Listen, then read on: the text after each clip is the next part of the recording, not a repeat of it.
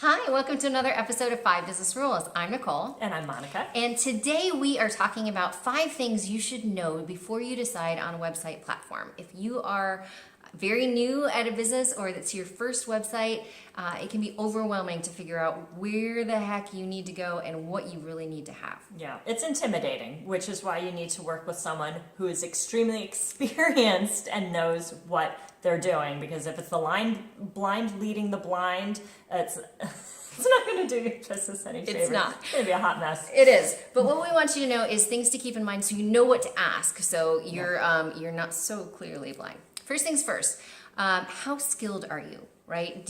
Are you a background encoder and you can do it yourself, or are you like maybe a clip art person and you have struggled to work around Microsoft Office? Yeah. There are different platforms that are going to let you customize a lot and get in the back end, and then there are some where you click and drag and drop and that's all you can do.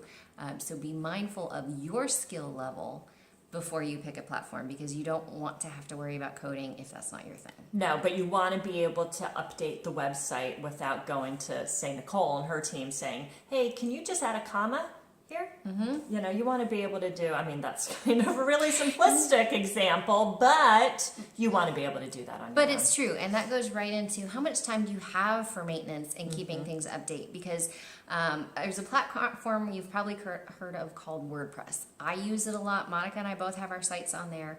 But the thing is that it is getting updated constantly. You know how when your website or your computer says you have updates and you need to do it? WordPress needs the same type of thing, and if you don't have the ability to keep up with it on a regular thing, things can start breaking and they can slow down.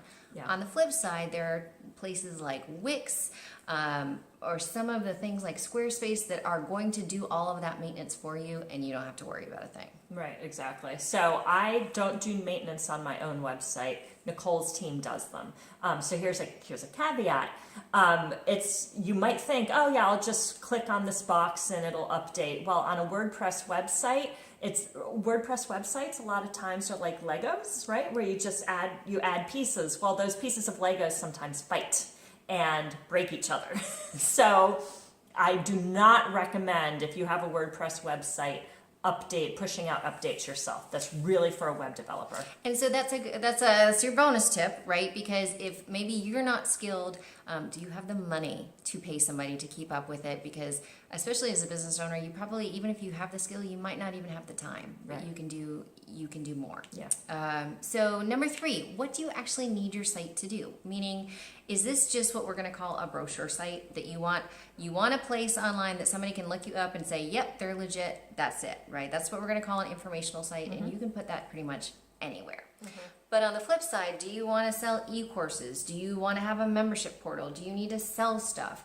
If you need more of a functional site, you're going to want to move to a platform like WordPress or that can do more for you and meet you. Or maybe you want to do something like Shopify. You don't need to do a lot, but you know you need to sell. That's your primary thing. Yeah. Make your platform meet your goals. Exactly. And so a lot of the DIY websites do have e-commerce capabilities, but only to a certain point.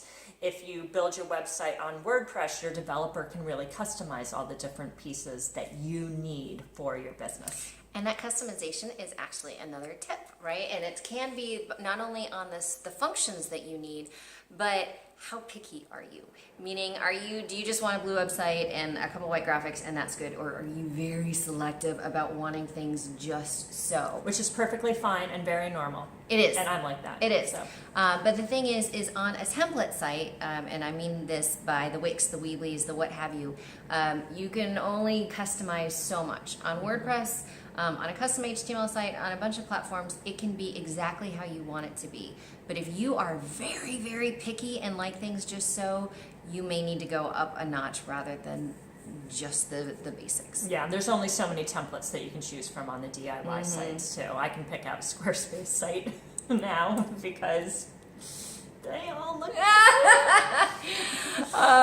Last but not least is how important is SEO, which is ranking on Google for you? Because again, like Monica said, on the e-commerce tools, on the Wix, the Weebly's, the Squarespace, they will do some, as will SEO. It will get you started. But if you are in a highly competitive area and you need to really maximize your SEO rankings, you're going to want to do something more like WordPress that can help you, and you can optimize that to the nines. Yep, absolutely. Great tips. Thank you so With much. some bonus tips in there too. We like giving extras. So if you like those tips, don't forget to like our video and share, and make sure to subscribe so you get our next tips, and we'll see you next time. Bye. Bye.